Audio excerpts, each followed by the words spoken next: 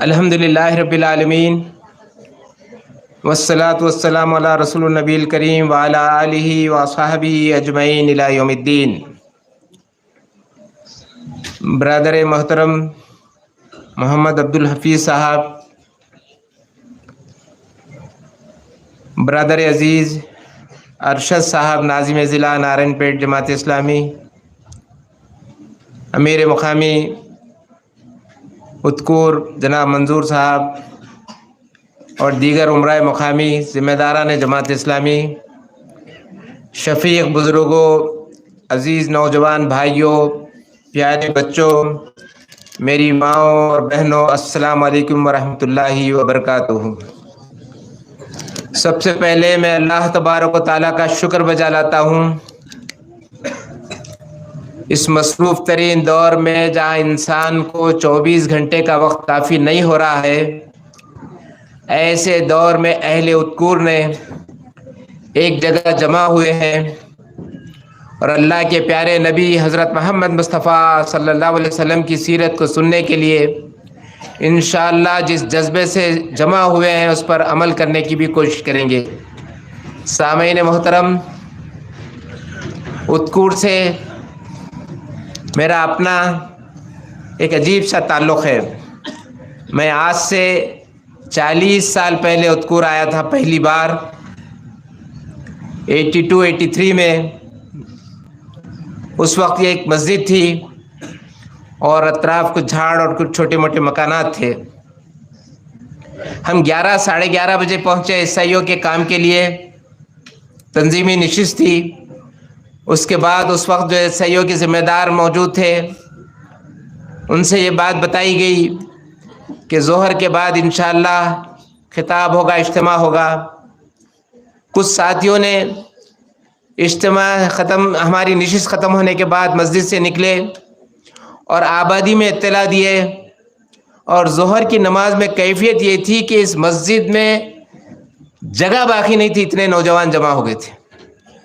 یہ خواہش پیدا ہوئی تھی کہ کاش ہم اتکور میں پیدا ہوتے یا اتکور منتقل ہوتے۔ ایسا غیر معمولی ماحول تھا۔ عبد الرحمن صاحب باحیات تھے، ان کی چھوٹی سی دکان تھی۔ کچھ لوگ اب نظر آ رہے ہیں اس دور کے، شاید بہت سے لوگ اس دنیا سے رخصت ہوئے ہوں گے۔ جو رخصت ہوئے اللہ تعالیٰ ان کی مغفرت فرمائے، جو موجود ہیں اللہ تعالیٰ انہیں صحت اور عافیت عطا فرمائے۔ سامعین محترم، جیسا کہ یہ بات بتائی گئی، یہ جو جلسہ ہے ایک طرف تو اس میں جو کچھ کام ہوئے پچھلے کچھ دنوں اس کی ایک تقریب ہے، اور دوسری طرف اللہ کے پیارے نبی حضرت محمد صلی اللہ علیہ وسلم کی سیرت اور آپ کی تعلیمات سے وقفیت۔ اتکور کی جماعت اسلامی اور عیسائیوں نے ایک کام کو ٹیک اپ کیا اور جو پچھلے 3 سال سے الحمدللہ پابندی سے کر رہے ہیں، وہ نئی نسل کو مسجد سے وابستہ کر رہے ہیں، خدا کے دین سے وابستہ کر رہے ہیں، نماز سے اٹیچ کر رہے ہیں، اور ان کے اندر یہ شوق پیدا کرنے کے لیے ان کے اندر کمپٹیشن بھی کر رہے ہیں، اور جو پابند ہیں انہیں انعامات بھی دے رہے ہیں۔ یہ اقدام بہت غیر معمولی ہے۔ جیسا کہ صدر محترم نے بات بتائی، اس کے نتائج ابھی نہیں 15-20 سال کے بعد محسوس ہوں گے کہ یہ معصوم بچے جو آج اس مختلف کوئز میں صلاۃ کے ٹاپک پر جو حصہ لیے ہیں، اہتمام کیے ہیں، اس کے اثرات بہت لمبے ہوں گے۔ ہم ایک طرف تو مبارکباد دیتے ہیں منتظمین کو، اور ان بچوں کو بھی مبارکباد دیتے جو نماز کا پابندی سے اہتمام کر کر انعام کے مستحق ہوئے، اور یہ انعام یہی نہیں ملے گا، کل آخرت میں بھی انہیں انعام ملے گا۔ جو ان کو انعام دے رہے ان کو بھی انعام ملے گا، اور جو انعام حاصل کر رہے ہیں ان کو بھی انعام ملے گا انشاءاللہ۔ بھائیو، یہ مبارک محفل ہے اس اعتبار سے کہ یہ بچوں کو ترغیب دینے کے لیے، ان کو متوجہ کرنے کے لیے، ان کو پابند کرنے کے لیے اس طرح کے پروگرام رکھے گئے، اور دوسری طرف ان کے والدین، ان کے ماں باپ قابل مبارکباد ہیں،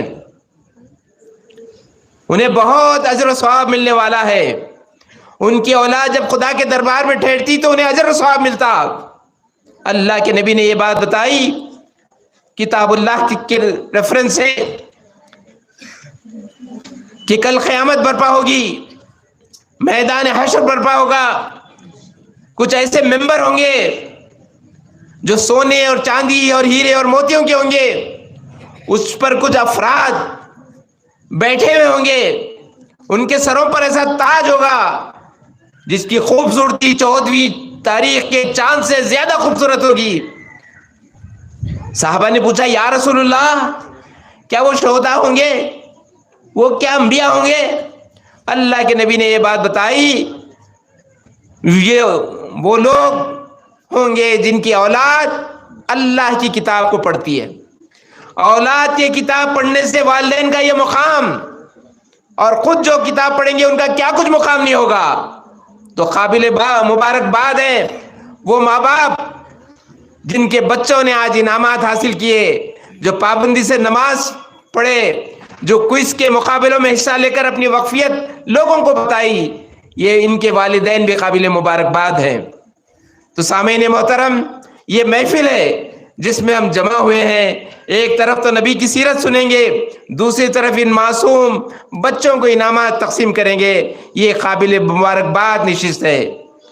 اللہ کے پیارے نبی حضرت محمد صلی اللہ علیہ وسلم کے بارے میں الحمدللہ آپ وہ افراد ہیں جو کئی بار مختلف واقعات کو سنا ہوگا، اس لیے کہ یہ اذکور وہ مقام ہے جہاں پر اسلامی صحیح شعور اس وقت سے اجاگر ہوتے رہا، اس وقت سے چراغ جلتے رہا جو آج سے 60-70 سال پہلے سے۔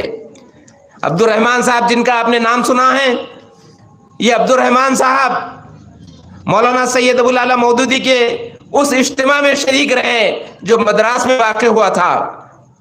اس دور سے وہ وابستہ تھے دین کی خدمت کے لیے، اور اس کے اثرات یہ ہوئے کہ اذکور کے ہر گھر پر انہوں نے دستک بھی دی، خدا کی دین کی بات بھی پہنچائی، اور اس وقت کے نوجوان ان کی بات پر لبیک کہا، اور اس آبادی میں ایسے غیر معمولی نوجوان تیار ہوئے کہ میں اور آپ تصور نہیں کر سکتے۔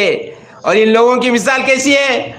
یہ وہ لوگ ہیں فانتشروا فی الارض وابتغوا من فضل اللہ، اللہ سے رزق حاصل کرنے کے لیے زمین پر پھیل گئے۔ میں جانتا ہوں یہاں سے لوگ پونا تک جاتے تھے تجارت کے لیے، کچھ سیزن ہوتا تو یہاں کوئی ملتا نہیں تھا، معلوم ہوا کہ یہاں کے لوگ سفر کر رہے ہیں حلال اور طیب رزق کے لیے، دور دور سفر کر رہے ہیں۔ اور یہاں کے نوجوان وہ ہیں جب 92 میں ایس آئی او کی جانب سے اسٹیٹ کانفرنس منعقد ہوئی جس کا عنوان تھا لا سبیل الا الاسلام، اسلام کے علاوہ کوئی صحیح راستہ نہیں ہے، تو یہاں کے نوجوانوں نے فیصلہ کیا، 12-15 نوجوان یہاں سے نکلے، سائیکلوں پر ہر گاؤں میں رکتے رہے، دین کی بات پہنچاتے رہے، اپنے سفر کو جاری رکھا۔ یہ وہ آبادی ہے جہاں دین سے وابستگی اتنی غیر معمولی، اتنی اٹوٹ مضبوط ہے۔ تو سامعین محترم، اس وابستگی کا نتیجہ یہ ہے کہ آج اللہ کے فضل و کرم سے اس آبادی میں ایسے لوگ موجود ہیں جو خدا کے دین کی اشاعت میں مصروف ہیں، رسول اللہ کی تعلیمات کو عام کرنے میں مصروف ہیں۔ اور یہ ایک حقیقت ہے، صرف مرد حضرات ہی نہیں، اذکور کے خواتین بھی الحمدللہ شروع دن سے دین کی خدمت میں برابر کنٹریبیوٹ کر رہے ہیں، برابر آگے ہیں، پیچھے نہیں ہے۔ ہر وہ وقت جب ان کو پکارا گیا، ان کو بلایا گیا، ان سے مطالبہ کیا گیا، ان لوگوں نے برابر قربانی دی، ان لوگوں نے برابر کنٹریبیوٹ کیا، برابر اپنی صلاحیتوں کو دین کی خدمت کے لیے لگایا۔ تو اس اعتبار سے اس شہر اور اس بستی میں اللہ کے نبی صلی اللہ علیہ وسلم کی کچھ سیرت کے واقعات رکھ کر اپنی بات کو میں ختم کرتا ہوں۔ سب سے پہلی بات، جیسا کہ تذکرہ کیا گیا، اللہ تبارک و تعالیٰ نے ہر آبادی میں انبیاء اور رسول کو روانہ کیا۔ آبادی میں کیریکٹر جب خراب ہو گئے، عقیدے کے اعتبار سے، نظریے کے اعتبار سے، عمل کے اعتبار سے، فکر کے اعتبار سے، اللہ تعالیٰ اپنے انبیاء اور رسول کو بھیجتے رہا۔ اور آج سے 1450-1500 سال پہلے اللہ تبارک و تعالیٰ نے اپنے آخری نبی حضرت محمد مصطفیٰ صلی اللہ علیہ وسلم کو روانہ کیا، کس زمین پر؟ جہاں پر حضرت ابراہیم اور حضرت اسماعیل نے خدا کے گھر کی تعمیر کی، لوگوں کو صدا لگائی حضرت ابراہیم نے، آؤ ایک اللہ کی طرف بندگی اختیار کرو اس کی، سر جھکاؤ تو اس کے سامنے، کچھ مطالبہ کرو، کچھ اپنی ضرورتیں رکھو تو رب کونو مکا کے سامنے۔ حضرت ابراہیم علیہ السلام پہاڑوں کے درمیان اس گھر کو آباد کرتے ہوئے یہ دعا کرتے رہے کہ باری تعالیٰ اس گھر کو تو آباد رکھ تیرے بندوں سے، تیرے فرما بردار بندوں سے۔ ظاہر ہے حضرت ابراہیم علیہ السلام کی صدا 5000 سال پہلے اور اس کے اثرات 1500 سال پہلے اللہ تعالیٰ نے اپنے آخری نبی حضرت محمد مصطفیٰ صلی اللہ علیہ وسلم کو روانہ کیا۔ اس وقت کیا تھی اس شہر کی حالت جسے مکہ کہا جاتا؟ خدا کو چھوڑ کر 365 خداؤں کی بندگی کر رہے تھے۔ تاریخ بدلتی تو خدا بدلتا،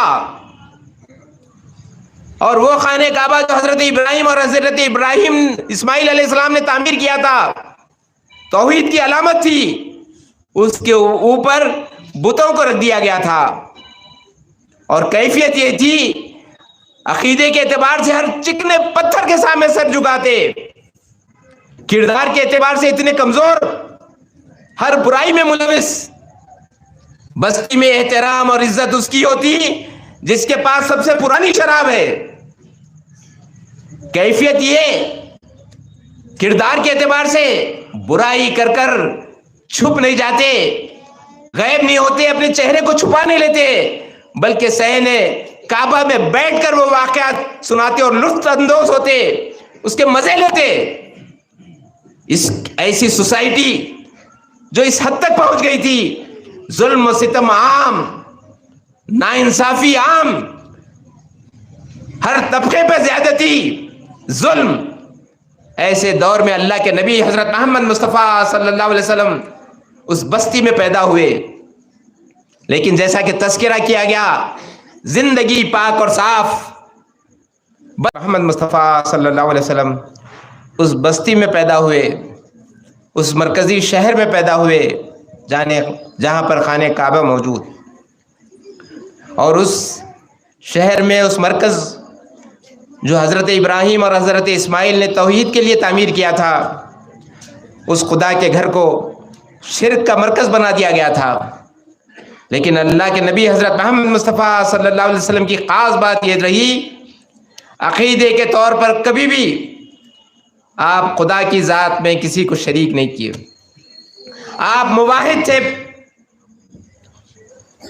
خدا کے علاوہ کسی اور کی طرف متوجہ نہیں ہوئے، نہ کسی ایسے شرک کا عمل کیا جس سے یہ محسوس ہو کہ نعوذ باللہ شرک کی طرف آپ مائل ہیں، بلکہ آپ موحد تھے، ایک اللہ کی بندگی، ایک خدا کے وجود کے تصور کے قائل تھے۔ دوسری طرف ذاتی طور پر کتنا بلند کردار، اللہ نے کیسی حفاظت کی آپ کی خانہ کعبہ کہ پھر ایک بار کسی وجہ سے وہ اس کے دیواریں منہدم ہو گئی تھی، ریکنسٹرکشن ہو رہا تھا، تعمیر ہو رہی تھی، بستی کے تمام نوجوان بچے اس کے لیے پتھر کو ڈھو رہے تھے ادھر سے ادھر،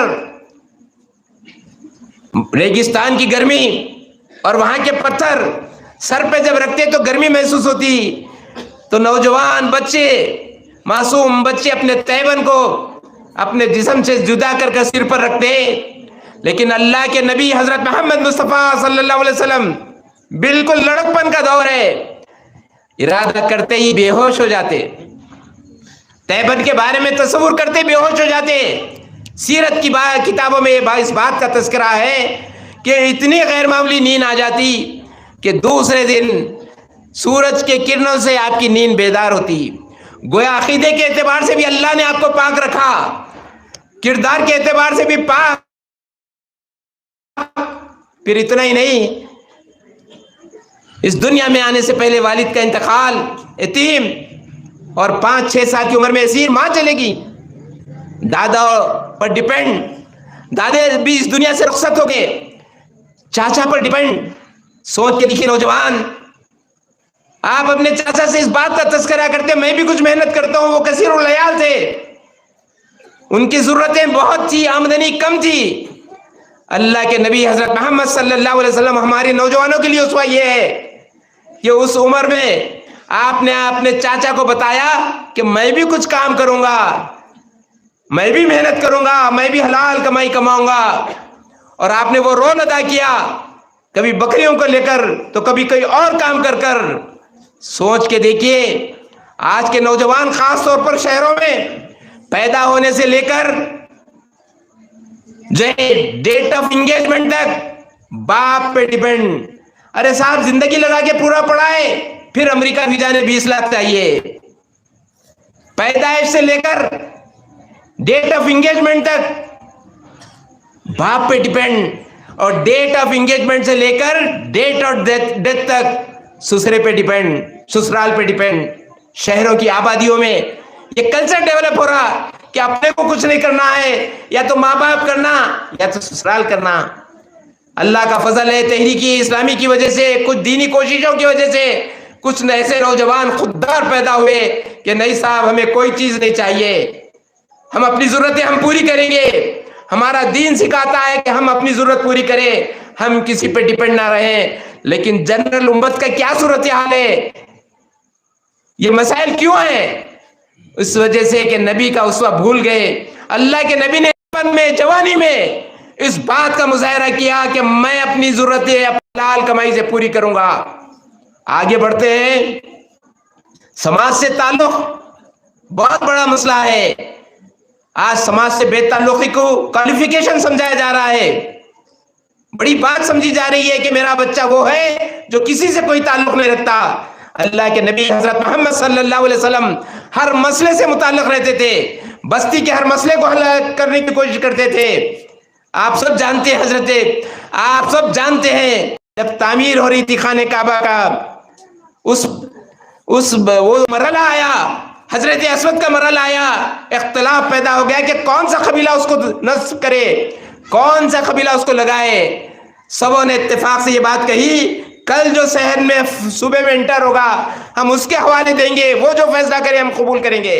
وہ فیصلہ تاریخی فیصلہ اللہ کے نبی حضرت محمد مصطفیٰ صلی اللہ علیہ وسلم نے کیا, اور پوری آبادی اس کو قبول کی.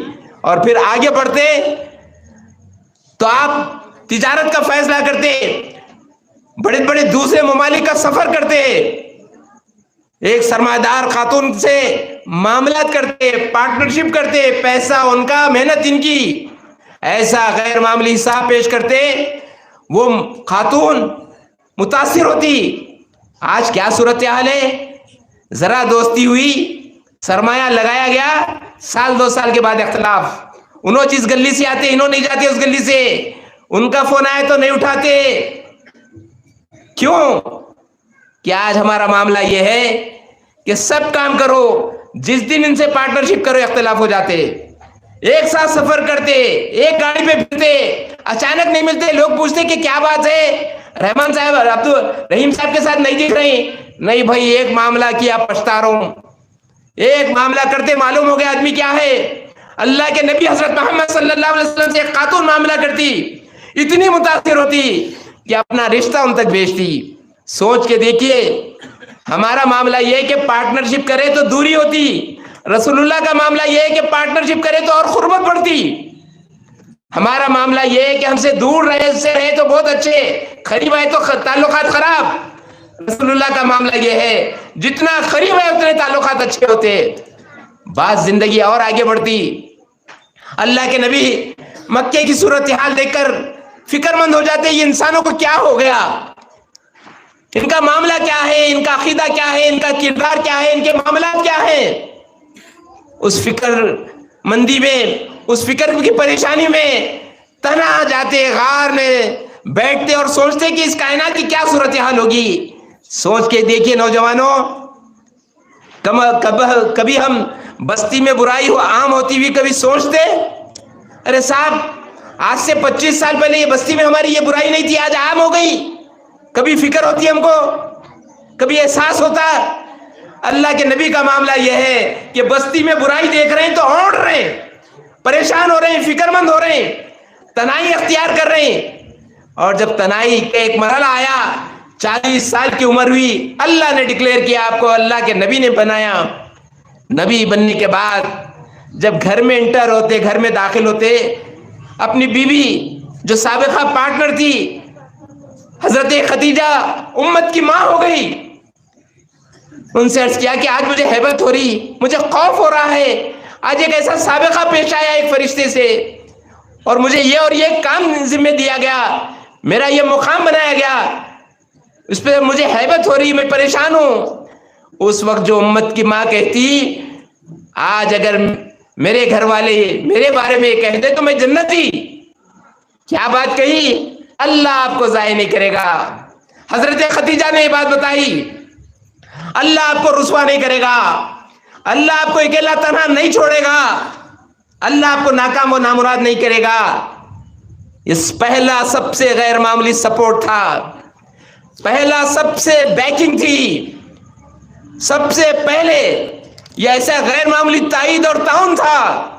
تاریخ کی کتابوں میں لکھا ہے اگر وہ تائید اور تعاون نہیں ملتا، اللہ کے نبی صلی اللہ علیہ وسلم سے اتنا بڑا کام بہت مشکل تھا۔ امت کی ماں نے یہ تیقن دیا اللہ آپ کو ضائع نہیں کرے گا۔ کیوں ضائع نہیں کرے گا صاحب؟ میرے کو 4 ساڑیاں نہیں لائے بول کے، ساڑیاں لاتے بول کے، میری ضرورتیں تکمیل کرتے بول کے، نہیں، آپ کو اللہ اس لیے ضائع نہیں کرے گا آپ یتیموں کے ولی ہیں۔ اللہ آپ کو اس لیے ضائع نہیں کرے گا آپ بیواؤں کے مسائل حل کرتے، اللہ آپ کو اس لیے رسوا نہیں کرے گا آپ بستی میں انصاف کی بات کرتے، آپ کو اللہ اس لیے ضائع نہیں کرے گا آپ ہمیشہ خیر اور بھلائی میں رہتے۔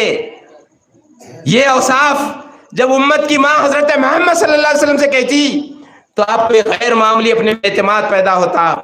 سوچ کے دیکھیے آج ہمارے معاشرے میں اللہ کا فضل ہے، جن آبادیوں میں دین کا ماحول مختلف ہے، لیکن جن بستیوں میں دین کا ماحول نہیں ہے، روز شام میں شوہر گھر کو آتے ہی ایک لسٹ، اور اب تو پریشانی دو ختم ہو گئی، واٹس ایپ پہ لسٹ آ جا رہی۔ پہلے تو گھر میں داخل ہونے سے لسٹ معلوم ہوتی تھی، اب دفتر سے نکلتے وقت ہی لسٹ آ جا رہی، دکان سے نکلتے وقت ہی لسٹ آ جا رہی، ہمیں یہ چاہیے۔